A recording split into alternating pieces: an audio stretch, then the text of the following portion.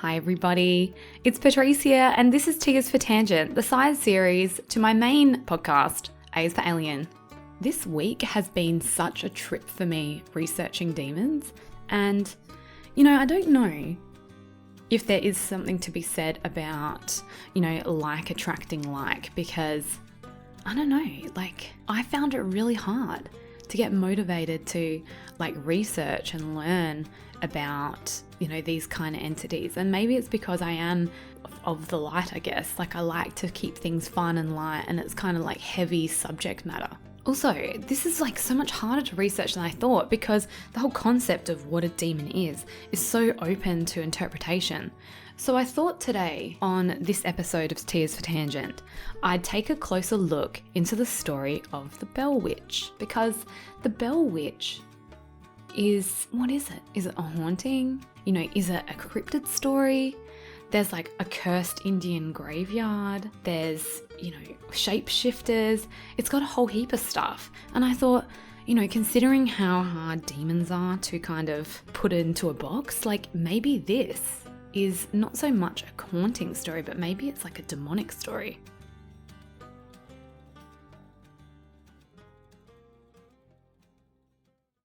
So the Bell Witch, or the Bell Witch haunting, is a legend that heralds from the southern United States, specifically northwest Robertson County in Tennessee.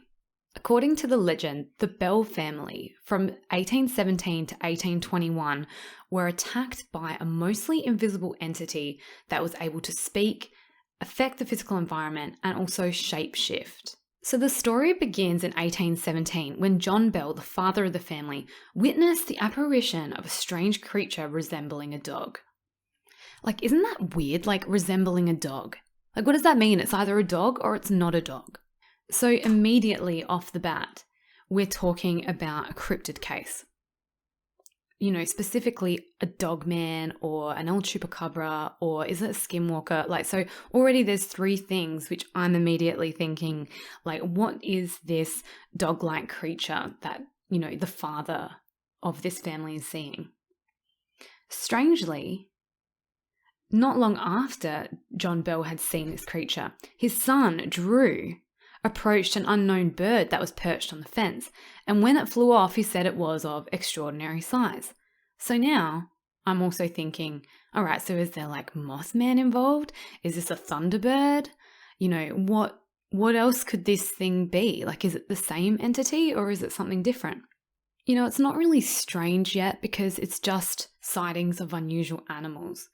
So it's not it's anything to be overly alarmed about yet. It reminds me of the stories from the Skinwalker Ranch, when they first went there and they were seeing strange animals.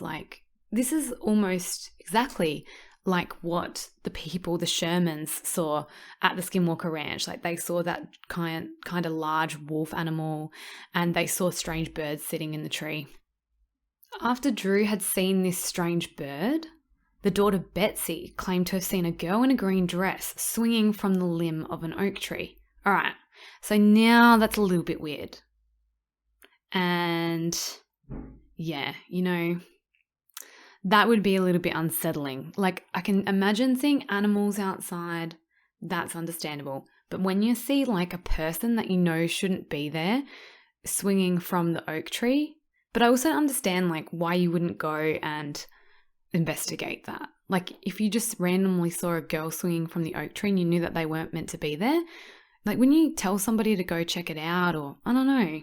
Betsy also happened to be the character in the story that the majority of the activity kind of was centered around. There was a man named Dean who was enslaved by the Bell family because this all happened prior to the Civil War. He reported being followed by a large black dog on the evenings that he visited his wife. So we're seeing this big dog, we've got a strange girl swinging in the tree, and we've got huge birds flying around the farm. Shortly after this, the activity moved inside the house, and it started with knocking along the doors and the walls. Then the family heard gnawing on the beds like a dog was chewing on it, invisible dogs fighting, and even a chain along the floor. And it was about this time as well that John Bell began to have paralysis in his mouth. The phenomena kind of grew in intensity, and then eventually, like, the beds were being pulled, the children were being pulled out, and pulling hair, scratching the children. And it had a particular emphasis on Betsy, the one who had seen the girl swinging in the tree. And it had slapped her, pinched her, and even stuck her with pins. And just when you think it couldn't get any fucking scarier than this, it began to speak in a disembodied voice. So basically what happened is the family had gone to a family friend and said, look, we've got this kind of weird shit happening in our house. Do you mind if you kind of come and stay the night? And so he came and stayed, and he got woken up in the middle of the night, hearing the same things that the family were hearing. The dogs fighting, gnawing on the bed. In the morning, he said to John Bell, look, it's a spirit, just like in the Bible. And so that's a direct quote, like spirit, just like in the Bible. And in my interpretation of that, I believe he's saying it's a demonic spirit, a disembodied demonic spirit. So that's where it kind of becomes like a demon story. This story is literally like an all-American folklore legend. Like, I reckon we could play American folklore bingo with this story, because it's just hitting every single trope of every single kind of American small town folklore legend. So they asked the spirit one day, like, what are you and what do you want? And a voice feebly responded, I am a spirit. I was once very happy, but I have been disturbed. And then it offered diverse explanations of why it had appeared, and it tied its disturbance to a Native American burial ground which was located on the property. So this kind of then ties back into, like, I guess almost like a skinwalker energy maybe? Like an elemental energy maybe? But then contrary to it being like a Native American spirit, it also had a propensity to recite Bible passages. It allegedly recited word for word 2 separate sermons that were performed 13 miles apart at the same time. Like, I'm not quite sure, like, how that could have been tested or proven, but if it is true, that's pretty crazy. The son of the man who had gone to the Bell house, who had said that this was a spirit like in the Bible, he devised a test for the witch to see if, there was someone in the family that was actually behind it, like if someone was throwing their voice. He asked a question to the witch about, like, a response that his grandmother would give to a specific question, and the witch responded in his grandmother's voice, which had a heavy Dutch accent. Another account was an Englishman stopped by to visit, because word of this had kind of gone far and wide that this phenomena was happening at the Bell house. And this man was quite skeptical of the claims that were happening there, but he was awoken in the morning to the witch speaking to him in the voices of his parents. And the Englishman lived in England. Obviously, his family had English accents.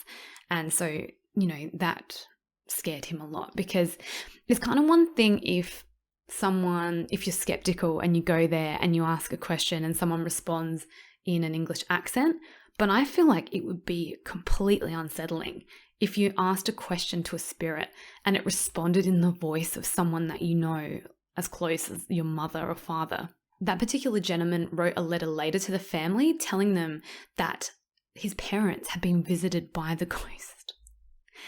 So how crazy is that, to think that this thing can just know everything about you? And it's that fact that illustrates to me that it is more than just a ghost.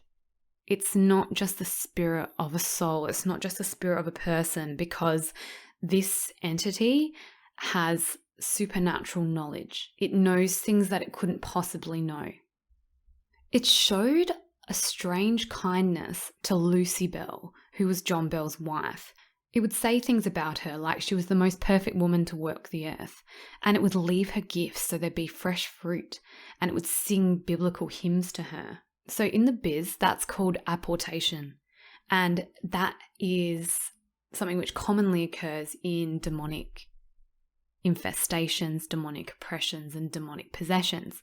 So a famous kind of case of demonic apportation would be like rocks inexplicably appearing from the sky and crashing onto a roof, or things appearing in your house that had never been there before. So up until this point, it's creepy, yes, but I don't think it's been particularly malicious. Like, I know it's kind of scary to hear like things being dragged around your house and invisible dogs fighting and gnawing on the bed. But, it was also singing biblical hymns and saying nice things about Lucy Bell. But it started to get progressively darker because eventually it claimed that she intended to kill John Bell Sr., and she would refer to him as Old Jack. And this intention was signaled through curses and threats and afflictions. And remember, like early on in the story, he was having his mouth paralyzed. And John Bell did end up fucking being poisoned to death. Crazily, the mourners were interrupted by the Bell Witch singing drinking songs like in his funeral, I guess at his wake. In 1821, Betsy decided to call off her engagement to Joshua Gardner. So she was engaged to somebody, but because of all this treatment, like her dad just been poisoned, like the house is being haunted, like I feel that maybe Joshua Gardner was a little bit like, I just don't know if I can do this. And after the engagement was called off, the entity told them that it was going to leave, but that it would be back in 7 years' time in 1828. And it did return on time, and Lucy and her sons Richard and Joel were still living in the house and said that there were similar activities that happened before, but they chose not to encourage it. And then the witch left again. So this week, I spoke with a Luciferian priest, and for the D is for Demon episode, which is coming out on Wednesday. And we spoke about demonic possession. And I asked him, do you have to invite a demon into you for it to possess you? And his stance on it was that you don't have to necessarily invite something in, but if you're giving it attention, that will be enough for it to kind of be able to create some kind of link with you, I guess. And that's something that Ed and Lorraine Warren talk about as well, is that for someone who's like a non-believer that pays no attention to a strange event, it's more than likely going to leave it alone because it doesn't have the power over the person that it wants. So say, for example, you keep finding your keys in spots where you know that you didn't leave your keys. That's a form of apportation. So it can start with something like that, where you could be like, I know that I only ever put my keys in the fruit bowl, and now they're in the washing machine, or they're in the fridge, or they were somehow in the shower. Like, if you pay attention to that kind of phenomena, the phenomena will then be like tit for tat with you, and it will start to escalate.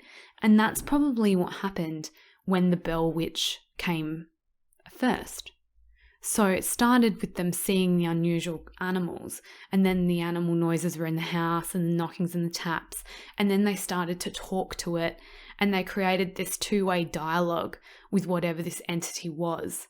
I feel like some of these energies might be trickster energies, so they'll tell you that it's something that it's not. So it told the Bell family that it was connected to like an ancient Indian burial site. And as part of that, it sent the two boys on this fruitless treasure hunt. So it must have told them that there's all these treasures of immeasurable kind of worth. But it was just fucking with them. So ladies and gentlemen, with this in mind, it is my great pleasure to introduce to you the eighth wonder of the world, Jeff the Mongoose. Have you heard of Jeff the Mongoose? It's my favorite haunting cryptid, I think, because it's kind of cute, kind of scary, and I feel like that basically, encapsulates me as well. So I feel like, me and Jeff the Mongoose are kindred spirits in that regard. So the story of Jeff the Mongoose is fucking crazy. So almost 100 years, just a little bit over 100 years after the Bell Witch haunting, In 1931, the Irving family, who lived on the Isle of Man, began to hear scratchings and like rustlings and things that they thought were vocal noises behind the wooden wall panels. So at first they thought that it was like a ferret or a dog or something. Apparently it would make noises like a crying baby as well. Eventually, it introduced itself to the family and started talking, and it told them that it was a mongoose called Jeff, who was born in New Delhi in India in 1852, and that he had arrived here on like a shipping container boat, and now it was living in their walls. He would say creepy shit, like he would say that he was an extra clever mongoose, or an earthbound spirit, or he was a ghost in the form of a mongoose. He'd say things like, I prefer to scare people than kill them. Fuck off. Oh my God. I feel like that's fucking worse. I'd just be in the hallway like, fucking kill me. I can't handle this anxiety, for fuck's sake. Like, imagine a ghost in your house that's like, I just like scaring you. I don't want to really kill you, even though I can. Whenever I look into paranormal cases or cryptid cases or hauntings or any of these weird, wonderful things that I look into, I always look for that little one detail that gives me like a little pause for thought. And in this case, the thing that made me go, was amongst all these things that he would say, there was one which I found particularly interesting. And it was, he would proclaim kind of godlike talent. So he would say things like, I'm from the 5th dimension, I'm the 8th wonder of the world. But on one occasion, he said, I'll split the atom. And what's interesting about that is that all this was happening in 1931. So while Ernest Rutherford successfully disintegrated nitrogen atoms with alpha particles in 1919, it wasn't until he teamed up with 2 British physicists called John Cockcroft and Ernest Walton that the first atom was successfully split, confirming Einstein's theory of relativity, E equals mc squared. Guess what year that happened? 1932. The year after Jeff the mongoose claimed that he could split the atom. Now, I wasn't there. I don't know much about what it was like living on the Isle of Man in 1931, but I just have this feeling that a 13-year-old girl who was accused of being a ventriloquist wouldn't know what British physicists are doing in regards to one of the greatest scientific breakthroughs in modern history a year before it happened. So the story of Jeff the mongoose eventually gained the attention of Harry Price, who was a British psychic researcher and author, and he sent one of his colleagues to the Isle of Man to investigate the phenomena because he wanted to see if it was just the girl who was able to throw her voice. It's still, even if it was just her throwing her voice, it would have been quite phenomenal because apparently he also spoke in like Yiddish and Hebrew, Latin, all kinds of different languages as well, not just English. And when this paranormal investigator got there, he realized that it wasn't just isolated to voices, but also poltergeist activity. So random bangs in the house in quick succession from different places. So there'd be bangs in the kitchen, then bangs in the lounge room, then bangs in the kitchen, and things would fly off the walls. And, they were investigating it as like a poltergeist activity. But, looking back on it through the lens of what I've learnt from demonic infestation, I feel like if Ed and Lorraine Warren were there, they would be saying that Jeff the mongoose is a demon. Well, I hope you enjoyed this episode as Tears for Tangent and my retelling of the Bell Witch haunting and Jeff the mongoose haunting. Let me know if you've heard about either of these cases and if I left out anything in the story that you found most important. Make sure that you join me on Wednesday as I go through what demons actually are, more about Ed and Lorraine Warren, and also I had an amazing interview with a Luciferian priest called Tynerian, and we had so much fun. I feel like we probably shouldn't have had that much fun talking about demons at 3:30 in the morning. Yeah, but I guess, what they say is that it's better to reign in hell than to serve in heaven. I don't know, am I going to get into trouble with that? I'm sorry, Mum, I know you listen to this. And it's time for my unapologetic self-plug. Please remember to like, comment, and subscribe if you haven't already. If you're listening to this on a podcasting service, if you could take 2 seconds and just write me a little review. The funniest ones I'll read out. So, come on, guys. I know you want to. All right, I'll catch you in a couple of days. I hope that you had a fantastic weekend. Stay weird, be excellent to each other, and good night, Mr. Gers, wherever you are.